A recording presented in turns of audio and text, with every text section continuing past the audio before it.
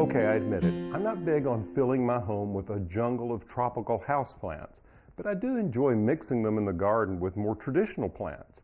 While on a trip to the Northeast, a tropical display with massive elephant ears caught my attention. A.R. Wiley tells me what he did to this tropical container design to give it so much bold impact. You know, A.R., I don't think you can underestimate the power of foliage, particularly gorgeous foliage like this. These are some outstanding caladiums. Well, we find caladiums are just a terrific plant to use in the container, even in the garden, and they really provide a lot of pizzazz. Well, there's so many different varieties. I mean, I was flipping through a catalog recently and just saw that, I mean, there's just literally hundreds of varieties of these leaf formations. There are quite a few.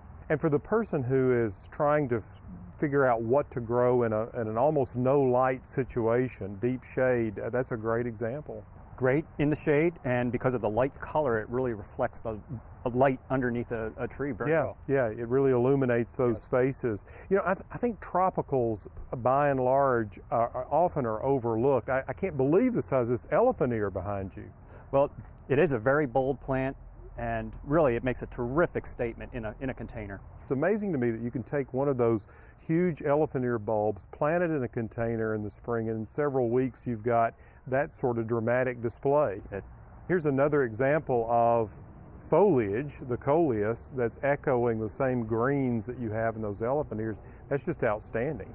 As you know, A.R., I've got a neighbor who actually has planted tons of these around the house, and it is really dramatic. What are some of the other varieties or let's just say tropical foliage plants that you see are popular here? Well, we use a lot with the ginger, and we also do a lot, again, with the caladiums and a lot of the other bold foliaged tropicals that we bring in. A lot of people don't realize it, but you can actually grow cannas in standing water. Yeah, and the additional benefit is that cannas do flower, and you get beautiful colors, yellows and oranges and reds. Yeah, they're just such a dramatic and bold plant in the landscape or in a container. Yes. Now, some of the other blooming tropicals that I use, I'm crazy about Agapanthus, for instance. Lily of the Nile is a beautiful plant, and it comes in blues and whites, and it's a great container plant also. Yeah, and it's tough. I mean, it really takes the heat. It takes the heat, as most of your tropicals just love it, the hot summer days.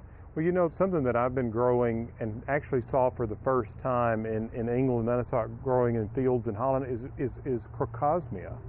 Great plant. Yeah, those colors, the oranges and the hot reds are just stunning, absolutely stunning. And then a novelty that we've grown is the pineapple lily, or Eucomis. Yes, we've had that, and it's a terrific plant. Yeah, it's funny to see people's reactions to it, because it does look like a little tiny pineapple. Looks like a tiny pineapple at the end of the stalk. Coming out of there, that's great. You know, the thing about all of these bulbs and tubers that are tropical is that they really are easy to grow. They're very easy to grow. They love the heat of the summer, and they're terrific plants in either containers or in beds, and especially around swimming pools.